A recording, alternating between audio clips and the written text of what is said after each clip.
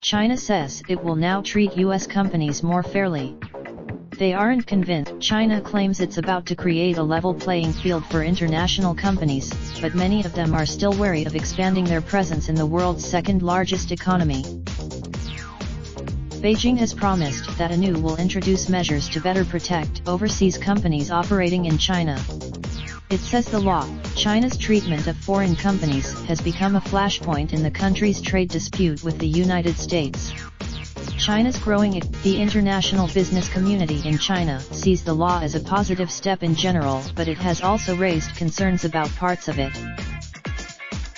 Foreign business groups say the legislation was rushed through with little attention paid to their views. The American Chamber of Commerce in China, which represents about 900 U.S. companies, said this week that the law was being pushed through without extensive. It was first proposed in 2015, before being shelved by China's ruling Communist Party. It then suddenly the abrupt return and rapid approval of the new rules come as China is trying to with the United States. The two sides. Experts said the new law appears to be part of efforts by Beijing to appease U.S. President Donald Trump, whose administration has repeatedly accused China of unfairly acquiring American technology. The related video voices of the trade war. What's at stake? Business groups say they fear the vagueness of the new law means it will fail to address their concerns about doing business in China.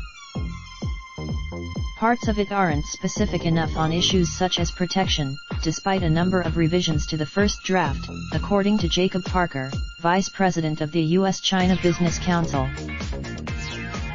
The law is shorter than the version that was proposed 4 years ago and lacks some of the details it contained, said Parker, whose organization represents about 200 American businesses in China. Conducted in November and December for the American Chamber of Commerce in China, a third of companies who responded said they were limiting their investments in China because of concerns about intellectual property theft and forced tech transfers. Chinese officials have rejected accusations that foreign companies are treated unfairly, arguing any tech secrets handed over were part of mutually agreed deals.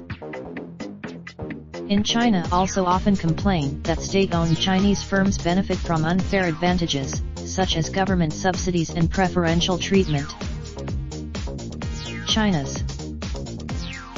The law includes provisions on national security, which some firms worry could be used as cover to shut international businesses out of certain projects or to confiscate investments altogether.